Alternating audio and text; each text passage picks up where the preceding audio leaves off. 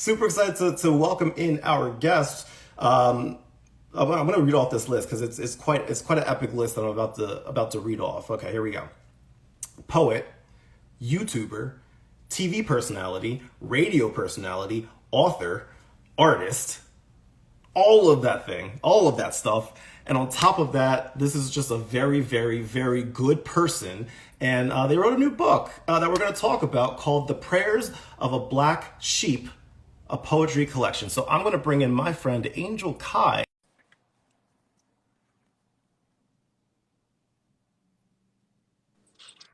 Hello, my friend. How you doing, man? I'm doing well. Happy Wednesday to you. Thank you very much. I appreciate that, man. How you Right doing? on. I'm doing well, man. It's funny because I think you wrote in the chat that you interviewed me last year, Yep. and it's amazing how much has changed since the last time that we spoke for both of us. You know, we both Right. have gone on these really interesting journeys in our life. And I'm super excited that I get to talk about that with you and all the things that you've been up to and all the things that you are currently going through right now. But before we get started with all of that, I just want to check up on you, my friend. How you doing? How you holding up? How's your 2022 going? My 2022 is going pretty well, actually. I like Yeah. the fact that, I'm on the other side of this. I'm usually the one asking the questions and Doesn't stuff it feel like that. good? So, Doesn't it feel it's a good? new Because type of feeling. whenever somebody asks me to go on their podcast or their show to be interviewed, I'm always like, oh, thank God, because I don't have to prep any questions. I don't have to do much research. I can just kind of show up, look pretty, and answer questions. You know, You get the easy job. Exactly. I the know what it's easy like part. now. And in this case, I had to do the research, and you just all you have to do is show up, look pretty, and answer some questions. That's it. Exactly, man. I'm doing great, man. I'm doing Yeah. great. I put out my new book, which I'm Mhm. very excited about. Mhm. I got another book that I'm writing. I Look cannot at you. tell. Look, it's a secret. I can't tell anybody about the book that I'm writing. I can't even tell y'all about the plot details or nothing. But when y'all see it, it's gonna be great. Wow, you're just dropping a little teaser. You're not even gonna let us know like the genre, nothing. Nah. The only thing I'm gonna tell y'all is that it's the first of a trilogy. First of a trilogy. Oh, you're going Hollywood, aren't you? You're going Yeah, I'm Hollywood. going I see Hollywood. I see what you're doing. I see what you're doing. All right, that's not gonna skirt past me. I see what dreams and ambitions you have, my friend. Funny. That's awesome. Like Funny. legit, congratulations on the book, the trilogy that you are writing, and congratulations on the book that you have released. It is available on Amazon and at Barnes and Noble and things like that. It's called Prayers of a Black Sheep, a poetry collection. There it is. There it is, Yes. my friend. And if anybody is interested, in fact, I need to put your handle down at the bottom here so people can. I got you, bro. I got you. Yes, definitely get the book. This book took literally years to write. While I'm typing, tell us a little bit more about it. Well, initially I wrote the book in 2017, but it sat in my hard drive because I just wasn't ready to put it out. You know what I mean? Mm-hmm. And I went back to it and I did some more edits on it, and I finally got it out now, and I definitely needed to edit it because 2017 me and 2022 me is two different poets. So it's funny that you got a chance to like actually like finish it because I don't know why it won't let me pin it. But it's great that you that you got a chance to finish it because you did. One of the reasons that we're talking today is because you did say, you're like, hey Kai, I have ADHD as well. Did your ADHD play a factor in the process of putting this book together? Did you feel that it was inspiring, or did it hold you back a little bit? No. Most freaking definitely it did. It definitely did. Mm-hmm. Huh? It helped you, you're saying? It helped me, but at the same time, when that ADHD kicks in and you want to, put it off and be like, yeah, you know what I mean? It's too much work. You know what I'm saying? Yes. Like that was, I had to fight that. I definitely had to fight that. You know what I'm saying? Yeah. Because my ADHD experience was different, because you said you just got diagnosed this year, and I'm so sorry of the fact that you didn't know back then what it was. You know what I'm saying? Mm-hmm. Like, I knew what it was because my teachers told me, because I had an IEP. You know what an IEP is, right? No, what is that? Individualized Educational Program. It's for students with disabilities. So Okay. I had that all throughout school. And, you know, they ran tests and stuff, and, you know, I got diagnosed, and that's how I got the IEP in the first place. And then the thing is that they make adjustments to your, to, how do I say it? Like, they make adjustments to your diploma and to your credits and stuff like that. So, like, you know, wow. Okay. yeah, you and then you get put in remedial classes, and, you know, it's just, sometimes, like, they make you, you know, because for me, math was the worst subject I'm in the awful world. at math. It is so bad. Like, it's so pathetic how bad at math I am. It's not even like, oh boy. No, man, I'm telling you, like, with ADHD though, like, you know, it makes you forgetful, for one, very forgetful. Yes. For two, like, you know, it took me longer to learn things. Like, it took me longer to tie my shoes. It took me longer to potty train. It took me longer to do a lot of stuff. And also, I will say, it just wasn't ADHD. They also thought that I was slightly autistic. Oh, wow. Okay.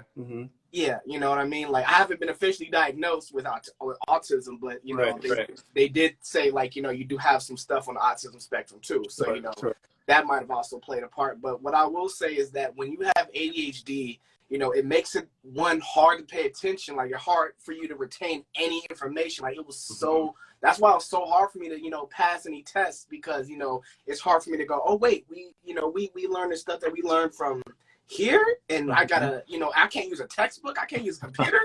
You want me to remember it? Remember this? Just remember this and write it down? Exactly. And the good thing is that, you know, we had to take a test on math, writing, and I think science in order to graduate. Did you guys have that test too? Yes, 100%.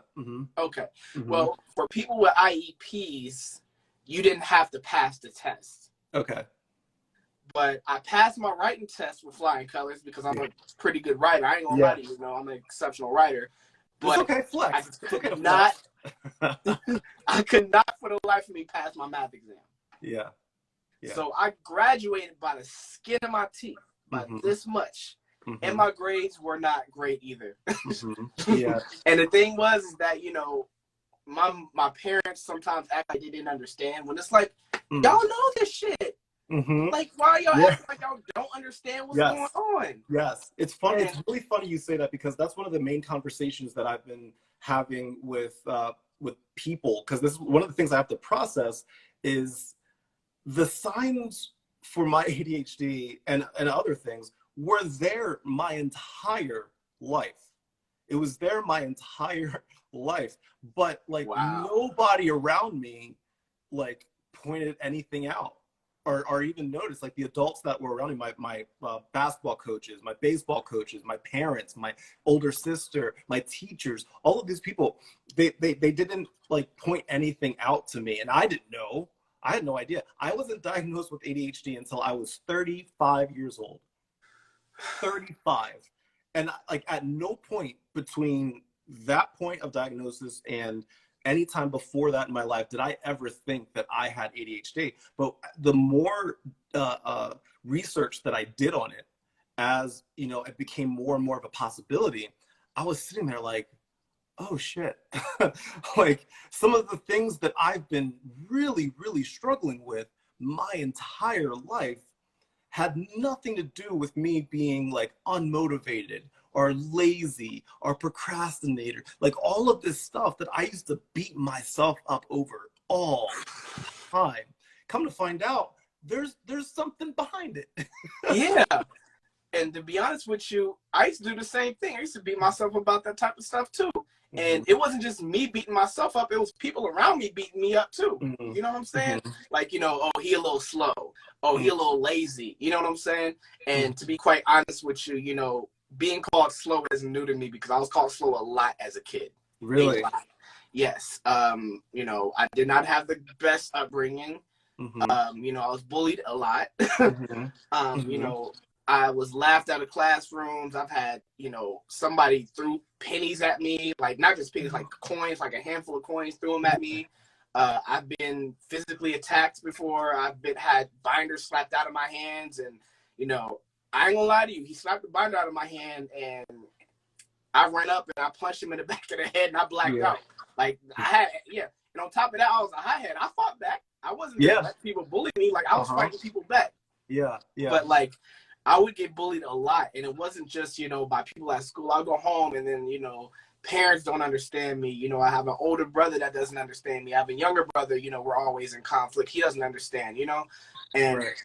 it's just my family, they didn't get me. I was a Martian to them, you know? Yeah, And and you do say, I think in the description of your book, you say, in the book is called Prayers of a Black Sheep, yeah. poetry collection. You say 50 unique poems that tell the traumatic life of a boy who never fit in with society's expectations. Now, these experiences that you're talking about here, are those the types of things that you're like documenting in your book here? Yeah, and like I put it, you know, of course, you know, I put it into creative poetry, you know what I mean? And to be honest with you, when you read it back, like, you know, it might make you cry just a little bit. You know what I'm Yeah. saying? Like Yeah. it might make you cry because like when I was reading it back, I almost cried, man. Mm-hmm. And it's tough to get tears out of me. But like, you know, Yeah. when I was reading it back, you know, I almost cried because that's exactly how I felt. You know, like I even have a freaking poem in here that says I hate me. Yeah. Because that's exactly how I felt about myself, because Mm-hmm. everybody around me, you know, told me that I was a piece of shit. You know what I mean? Yeah. Yeah. And, you know, of course I had a select few people who, you know, saw past it, you know what I'm saying? Mm-hmm. And we're still cool to this day, but Mm-hmm. it's just people have always treated me like I was beneath them and I was lower than them. How And did you cope with that? Like when you I were had younger, like what did you like? Did you have unhealthy coping mechanisms? I had really low self-esteem, very low self-esteem. I was told by girls growing up that I was ugly a lot. Mm-hmm. So I didn't really, you know, Yeah. do a lot of dating. Mm-hmm. I was told that my brothers were cooler than me and more popular than me, which they were.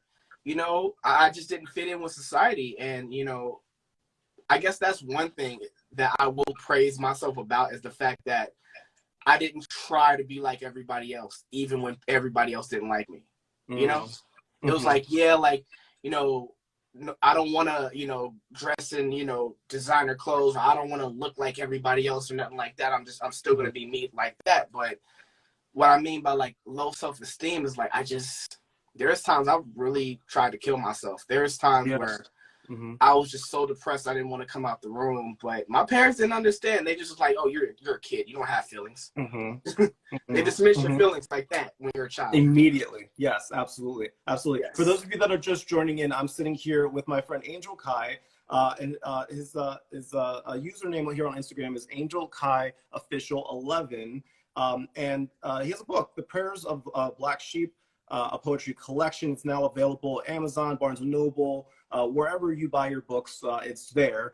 And for all of you, if you're just joining or if you can't stay but you want to listen to it, if you subscribe to my Instagram profile here, just go to my profile, click subscription, and you can subscribe for 99 cents, and you'll be able to watch this live stream in whole. And you'll also be able to watch future live streams, and you'll also be able to watch live streams in the past. So register, subscribe, whatever. Do that now. So Angel, with that being said, was there a certain point in your life that you felt that you went from invisible to visible? Like when did that transition happen, if it did happen for you?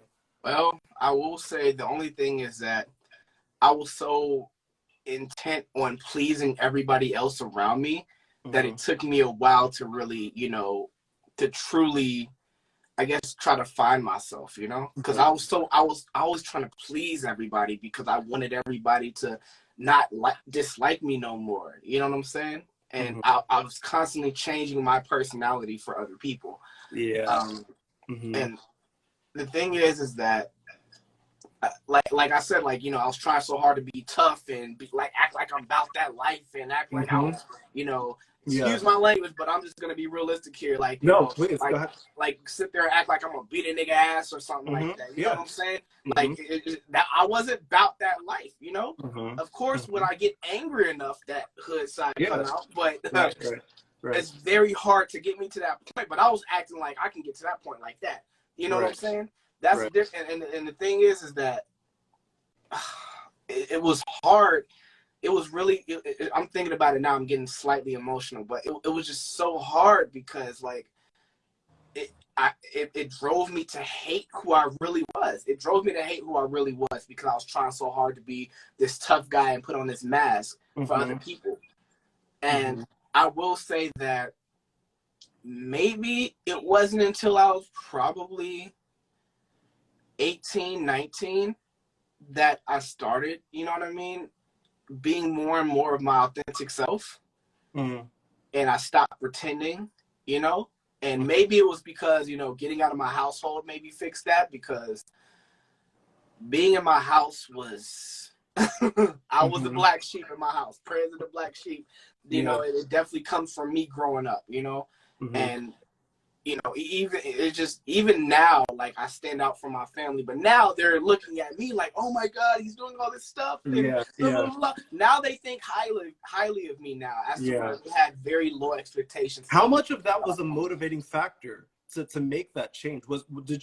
Were you sitting there being like, I'm doing this for me, or I'm doing this so I can prove these bitches wrong? Like, was it a combination of both? At first, it was the second one. At first, I'm gonna prove these bitches wrong, and then then after that, it was like, nah, this is me. You know, I'm not a fighter. I'm a lover. You know, I'm a really nice person, but I'm also very introverted. You know what I'm saying? But I say, like, I'm more, like, I guess I'm closer to the ambivert side, just a little bit. Just because when I'm in, you know, a social situation, the right social situation, like, I could definitely talk up a storm, you know. But because that's one thing I will say is that, you know, people would tell me, like, either I didn't talk enough or I talked way too much. It was one of the two. And, you know, with ADHD, going back to that, like, you know, with ADHD, sometimes we have the tendency to ramble, or like, you know, we really want to get our point across. So often we'll interrupt. Like, my friend used to tell me that. My friend was like, you interrupt a lot. And she wasn't even trying to be, like, malicious or nothing. She was really like, no, you interrupt a lot. But I will say, you know, growing up, people just didn't understand me. And even now, I'm still trying to, you know, demand respect from people. Because people will still subconsciously and consciously talk down to me and talk to me as if I am ditzy, because people are used to me being ditzy, you know? Right. Where did you grow up? What town?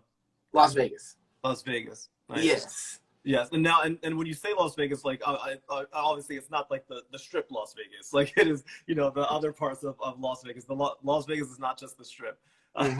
It's way more than that, for sure. No. Outside the strip, Vegas is a regular city, just like Phoenix is. You know what I'm saying? Like, you know, of course, you know, it got freaking slot machines everywhere. Grocery store, slot machine. Family Dollar, slot machine. Not even joking. No. I can't even freaking go to the grocery store without seeing a whole section of slot machines over there, and then I'm choking on cigarette smoke as I'm exiting trying to pay for my groceries. They over there puffing on cigarettes like every 5 seconds. It's the smokiest place you'll ever be in. It's a casino. Well, I live in Philly, and we're maybe like an hour and 15 minutes away from Atlantic City. So like I'm in AC all the time, and they have like smoking sections, but like luckily you can't like smoke like in the casino anymore. But I remember that's a fairly new thing, and I remember when I was younger walking through the casinos in AC being like, what is that smell? Like, I was just like fascinated, and like there was smoke everywhere, just, like legit everywhere. I'll never forget that. But one thing I will say is that, you know, people coined me with, you know, being dumb, or, you know, or being a retard or whatever, or being slow or I had to learn to love myself. And I had to keep telling myself, you're not slow, you're not ditzy. Yes, you have, you know, a couple of disabilities. Yes, you have, you know, really bad anxiety disorder, but you're not an idiot. You know what I'm saying? Yeah. So that's how other people affected you. What about you? How much do you have you doubted yourself, you know, throughout this entire process, and what did you do to kind of, I guess, combat that?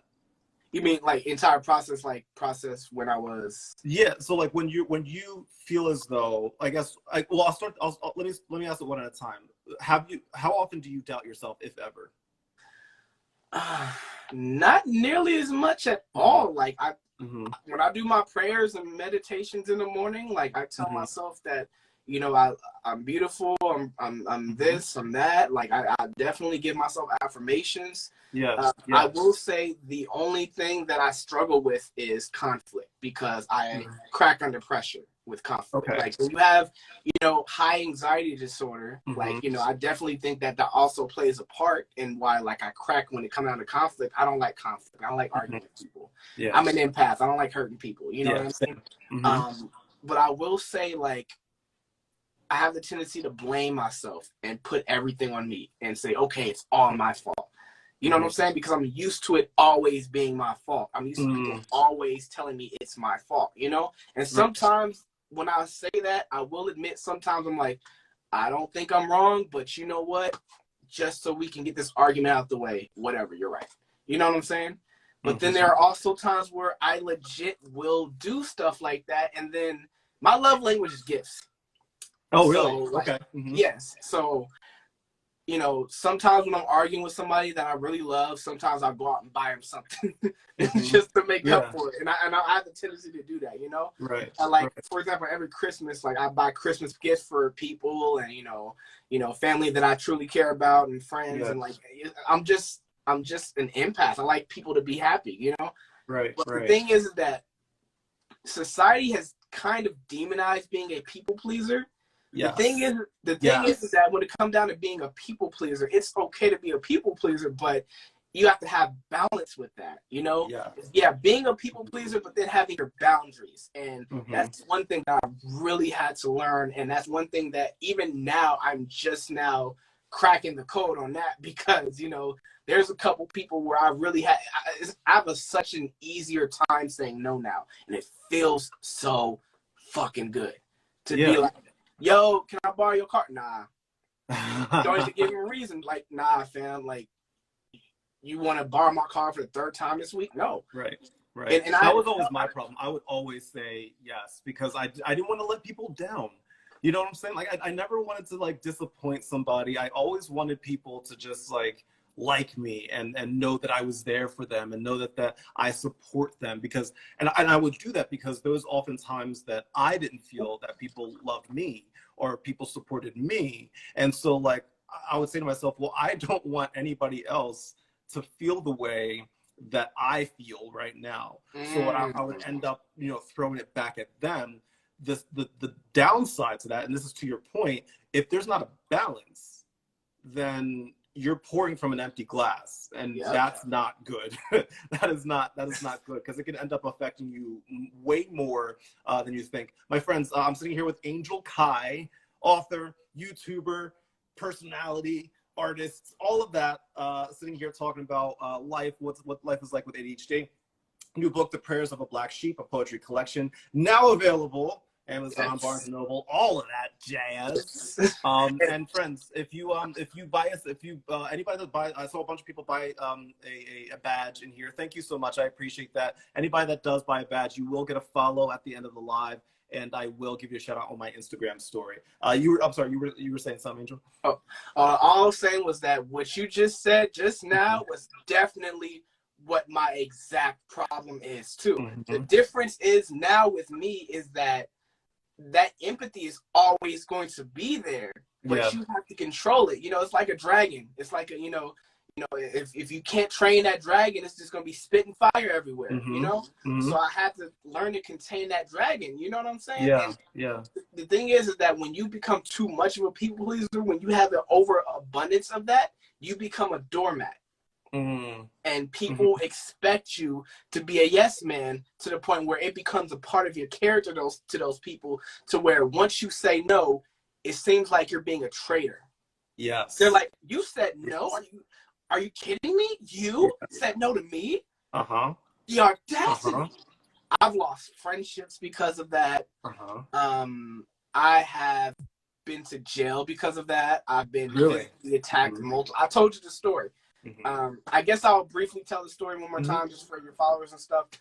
I had a friend who, said they could live with me and they didn't pay rent, took advantage of that.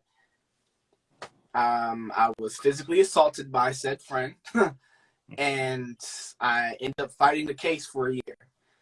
And that wasn't even the only thing. I had another friend who I let move in, and they were punching holes in my walls. They were smoking meth, and they were inviting people over that shouldn't have been over. It got to the point where I put his stuff out, where we all had to put his stuff out, me and my friends. And, you know, I changed the locks on the door. He tried to show up again with a knife looking for me. Wow. Luckily, I wasn't home. My brother was there watching the place. And he showed up with a butcher knife, talking about I'm going to kill him. And I've had, I'm trying to think. I'm sorry. I had a person. I had a brother not speak to me for weeks because I said no. I had somebody very close to me not show up to my high school graduation because I said no. Wow. I've had people steal from me, and then when I confront them, they try to gaslight me to death. I have had a lot of bad experiences because of that. Like, I have strained relationships now, and I've had people that I don't speak to now because I said no or because I stood up for myself. Like, as somebody who I called my brother in 2018, and we don't talk anymore because I stood up for myself. People don't expect it. They think, oh, just sweet little, you know, I'm going to just say AJ. Sweet little AJ, because that's what people call me. You know what I'm saying? And I'm sorry. I can feel it. Like, I can feel. I remember you telling me the part of those stories, and I can feel it. Like, when you tell that story, how much that has like affected you in so many different ways, both good and not so good, and your growth there, you know, from all of that. And so, like, with all of that has happened in your life and where you are now, like, you get to interview other people about their lives and about their traumas, about their stories, about their content, all of that.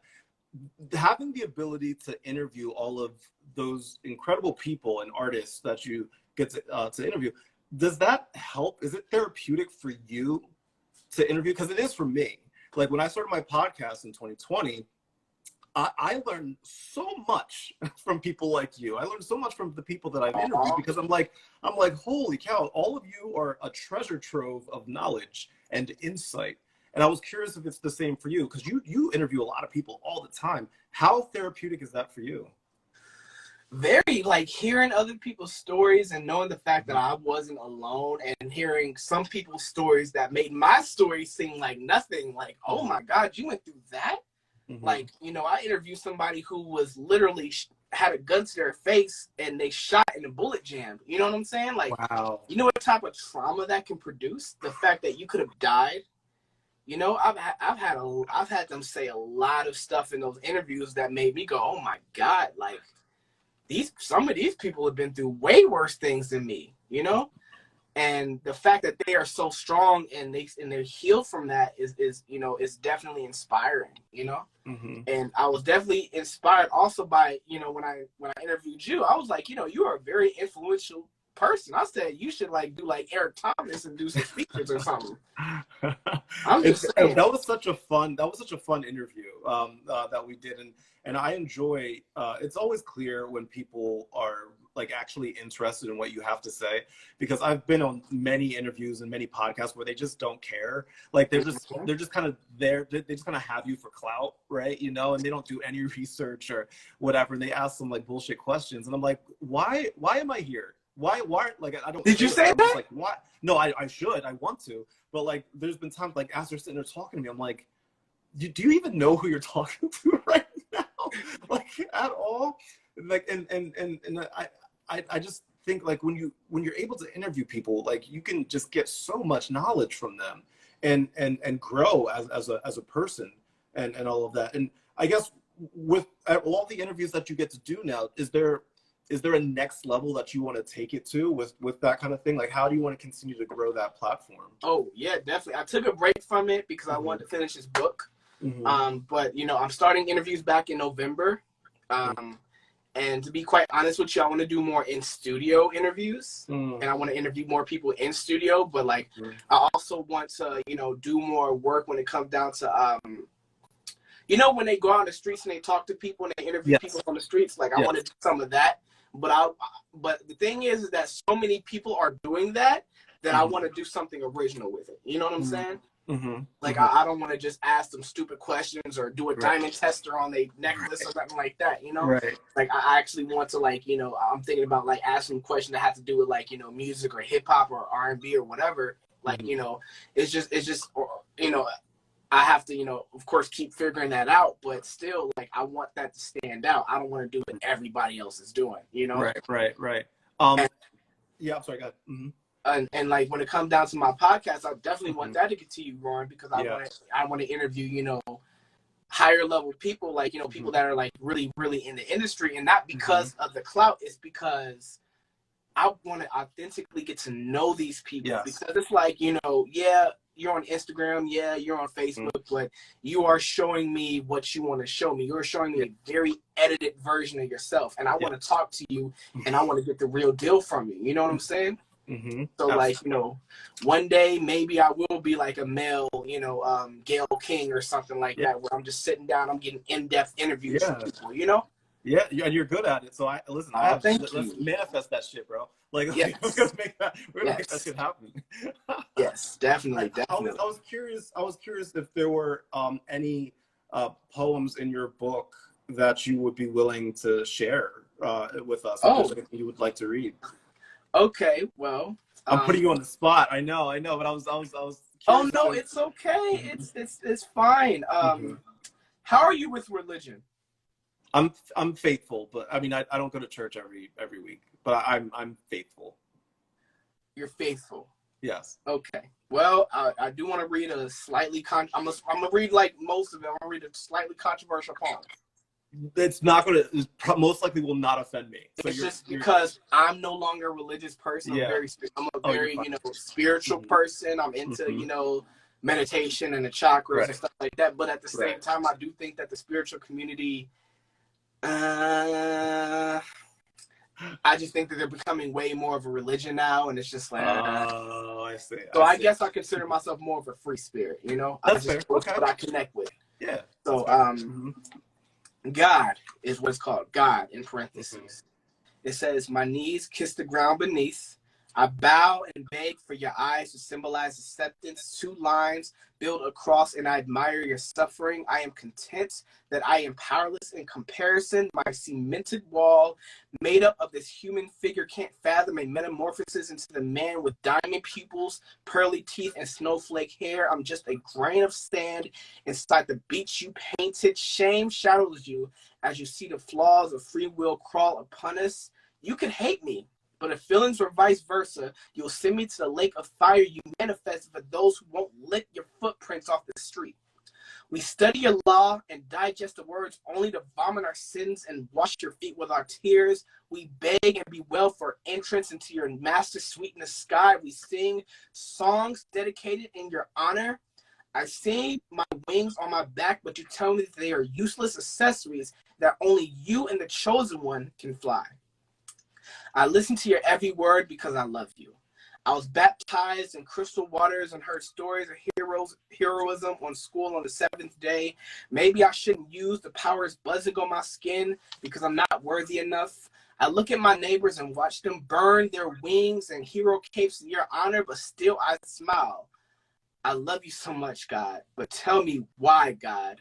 Why do I feel so empty? Dude. You have this eloquence, and I always admire people like you because you're so rare. Because you're able to put words to like thoughts that a lot of us have, but we just don't know how to communicate it. You know what I'm saying? And you just have this eloquence about you. Were you always a poet like your whole life? Well, yeah, I always had a knack for it, but I will say that, like, at first I was more into just writing stories. I still love writing stories. Like, that's still my thing. That's what the next book is. It's completely different from poems. The trilogy. A the fiction. trilogy. It's coming, baby. But It's coming. Listen, yes, if they make a movie out of it, I better get a role. I want a role. And I want it to be an important role, not a cameo. It needs to be an important role, okay? I'll talk to the director. Manifesting I'll talk to Warner Brothers or whatever studio pick it up. No excuses. No excuses. I want to be part of the plot, okay? I got you. If you can act, I got you. Listen. They call me Meryl Streep, Black Meryl Streep. Oh, really? No, they don't. No, they definitely don't. Anyway, I'm sorry. What was the original question? I'm sorry, I lost track. Wait. Were you always a poet? I always had a thing for writing. I will say that, but I will say that the low self-esteem did kind of play a part at first because I didn't think that I could do anything, put my words together like that. But then when I was like 17, I think I wrote a poem, and I surprised the hell out of myself. Right. I even read it back like, whoa, did I write that? Like, right. And then I'm like, whoa, this is really, maybe I can do this. So I just started writing more and more poems, and I started posting it on Facebook, and people were really complimenting me, talking about these are really beautiful and blah, blah, blah. And it just got to a point where, like, now I have a crate up here full of writing, and I had another crate full of writing that had a bunch of poems in it that unfortunately got lost in Vegas. Oh, no. But, yeah, unfortunately got lost in Vegas. But to be quite honest with you, like, I've probably written, like, maybe thousands of poems by now, and I'm not even exaggerating. That's amazing. So you write every day, I would imagine, right? I do. The thing is that I've been focused so much on the book that I was doing that for a while, and then I've wrote a couple more poems that I plan on putting on my YouTube and TikTok and stuff. It's just they got to be perfected first, because I'm a perfectionist. But I will say that, yes, I still definitely write poems. But I'm concentrating more on it. To be honest with you, I'm concentrating more on writing this book. Okay. So, like, I'm trying to, get this. I'm trying to get one thing done at a time, because, like you said, when you have ADHD, you want to do this, and this. But you have to tell your mind, no, this. No, and actually, that's a good way to kind of segue into talking about this again, because I'm really curious.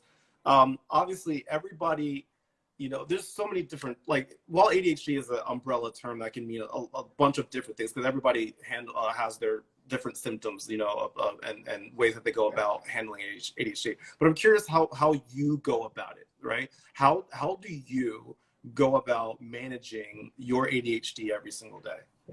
Well, unfortunately, I don't take meds right now. I should be taking meds, but I don't take meds at the moment.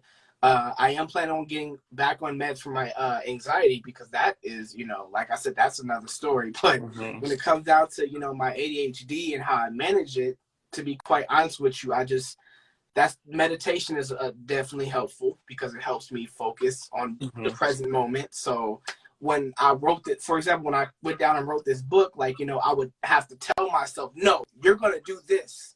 And that's that. You have to stand up to yourself.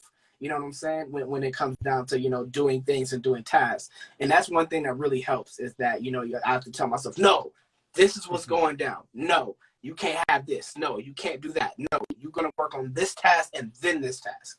And sometimes I still struggle with that. I admit, sometimes I still go off base, but yeah. To be quite honest with you, it's all about just self-discipline and ignoring urges, because with ADHD,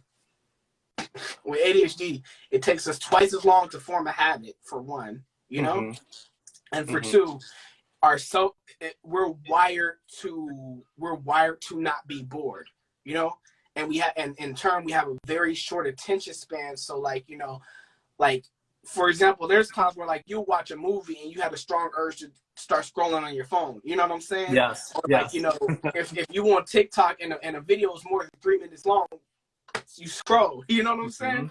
Or, like, when you're watching, when it comes down to feeding your brain, you need a lot of discipline for that too. Yes.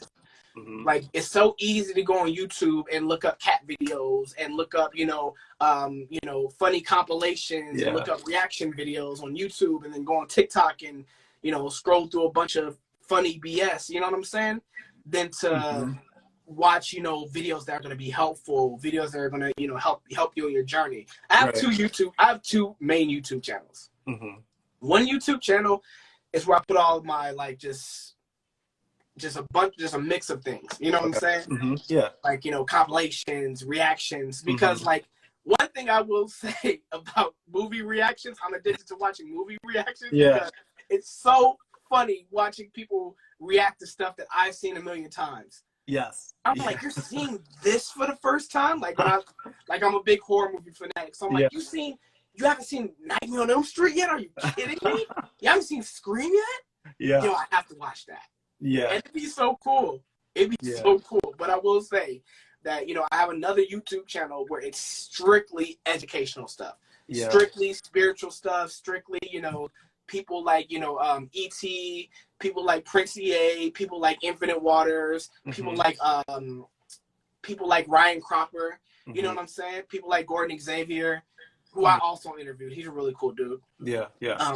It's just or like people like even who I forgot what his name is for some reason. Oh, Bob Proctor or something. Okay.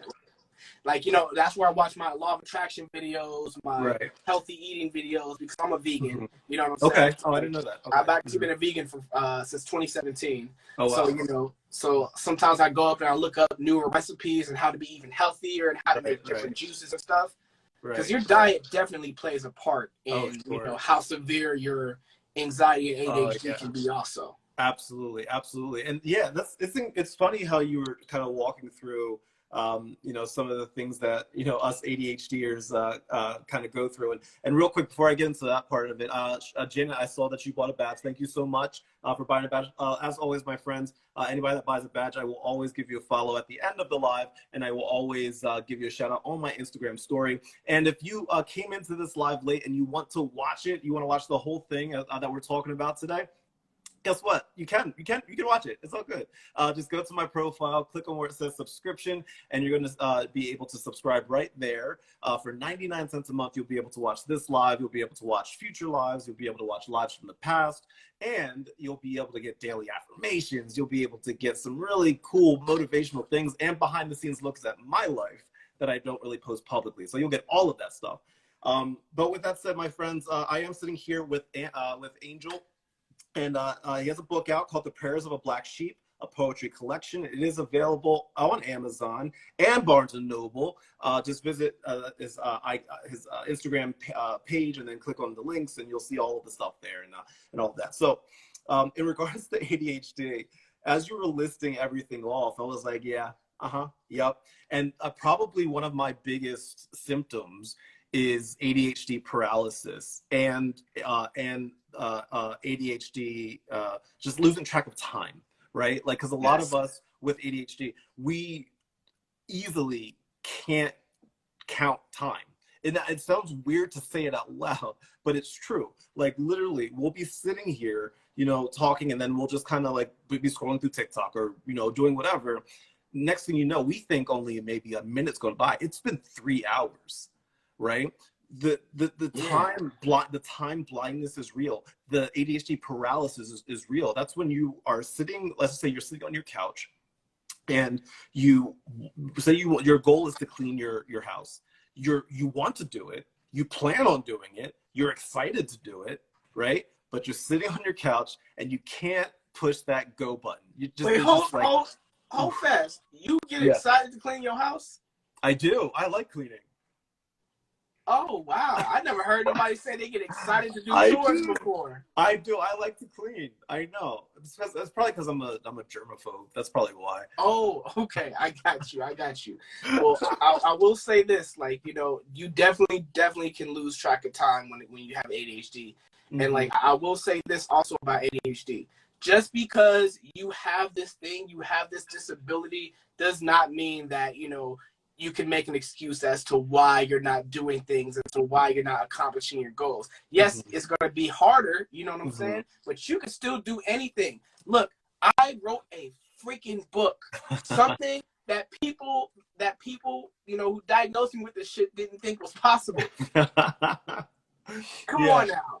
You can do anything. Yes, it's hard. Yes, it'll be much harder, but at the same time, like, you know, you can get the help. The help is there. Yeah. Some of you guys are just making excuses as to why you can't get the help. Right. The thing is, when you're sitting there making excuses, you don't want the help. You like being a victim.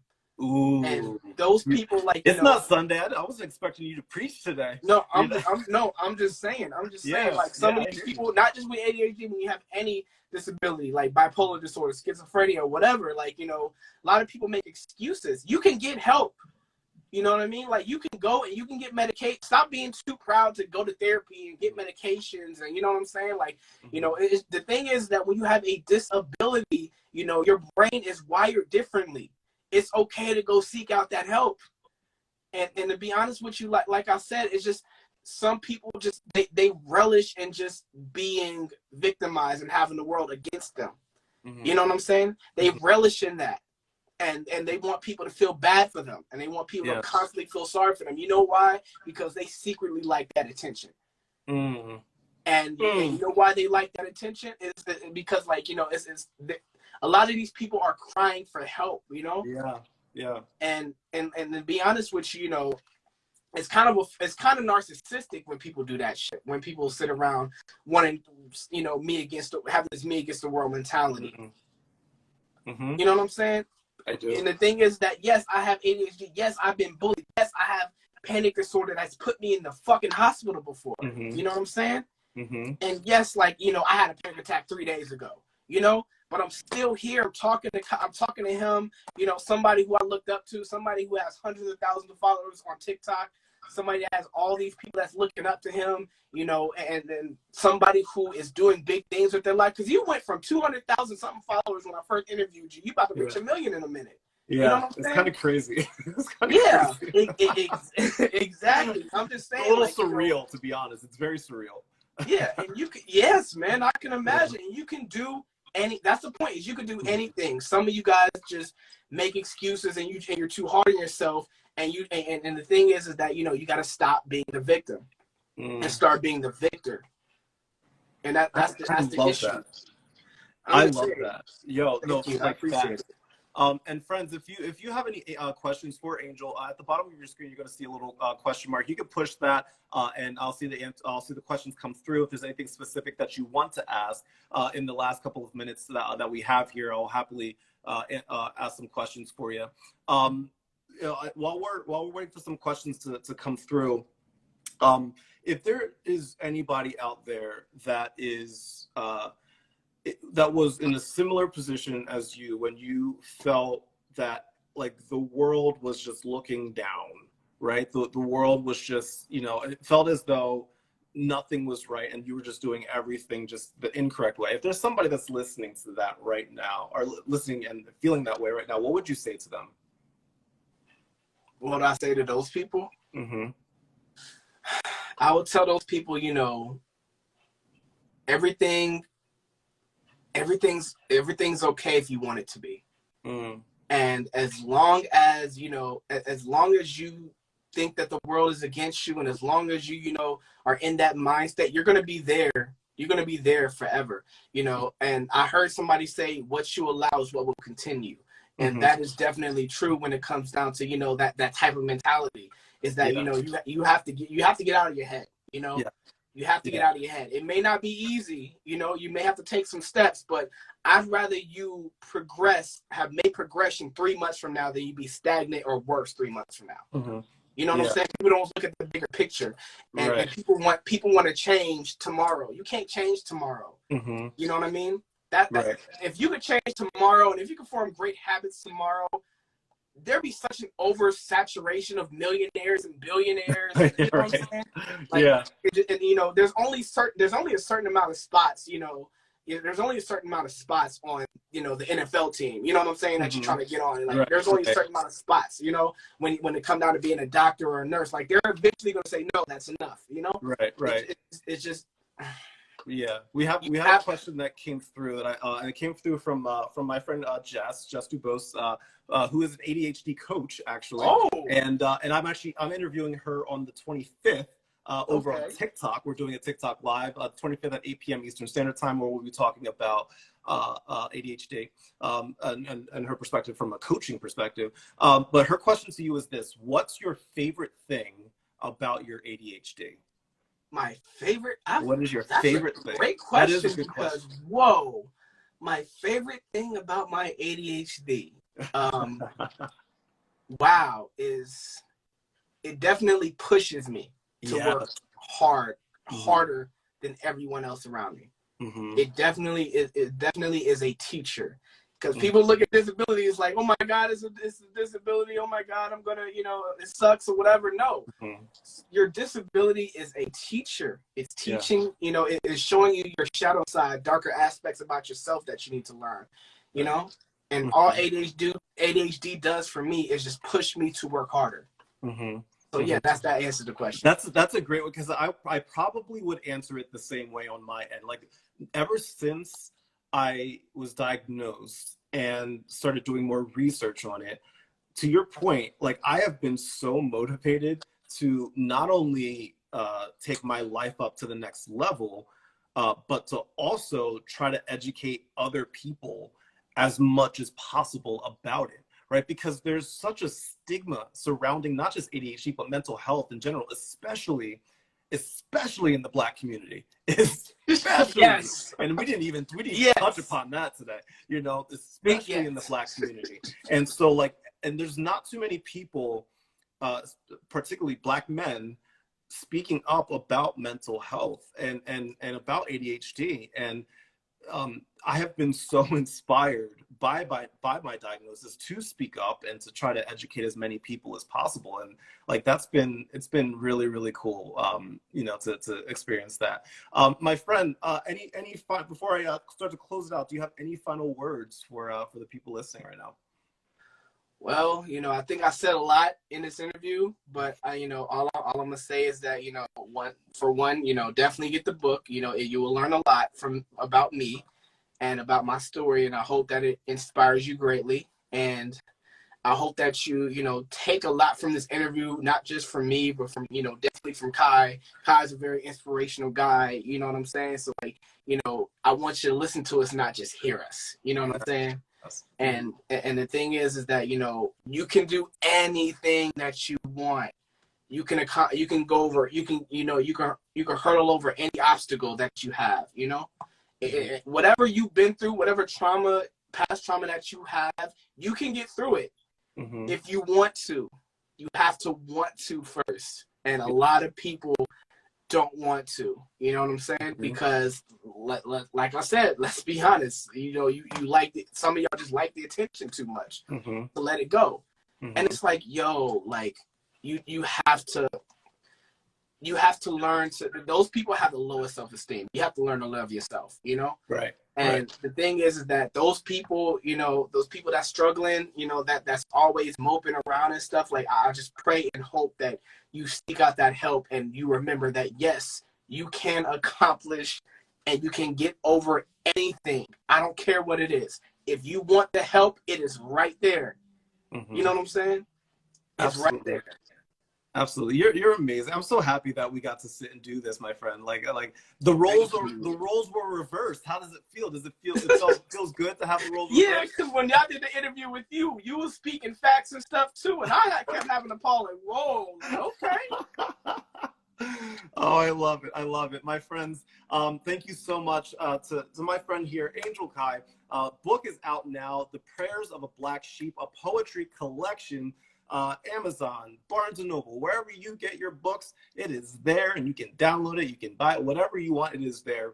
Link in my bio. So, yes, yeah. So go to, and I'm gonna include in my story in my Instagram story, I'm going to make sure I include links to my friend Angel, so you're going to be able to, go directly to the profile. So check out my Instagram story in a little bit.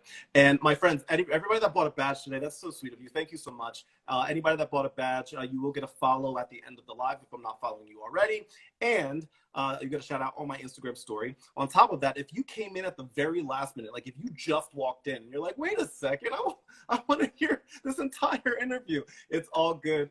So it's going to be up on for the Instagram subscribers. So all you have to do is go to my profile here on Instagram, click on where it says subscribe. It's only 99 cents a month, and you'll be able to watch this live in full, plus any previous live stream that I've done with interviews where I talk about mental health with content creators and mental health professionals and so on and so forth. And you'll get all the future ones as well, in addition to the daily motivational content, the affirmations, and a sneak peek behind my life and my craziness, because Lord knows my life is crazy. But with that said, my friends, thank you so much for watching. Oh, one more thing. Oh, yeah, absolutely. I'm sending you a signed copy of this. It'll have your name in it and everything. It'll be a copy specifically for you. When you become a famous Hollywood writer, when that trilogy is out, like that's gonna be valuable. So like make sure it's signed like neatly. I want like an authentication like thing in there too, to show that it's really from you. So in like 20 years, I'm like, hey, this is signed by him. Like, listen, give me my money. Thank you so much, man. Yeah. Thank you so much. I appreciate you, man. Yeah, absolutely. No, thank you. Thank you to everybody that was watching and listening. We very much appreciate it. As always, my friends, much love, good vibes, and I'll see you all soon. Bye. See you later.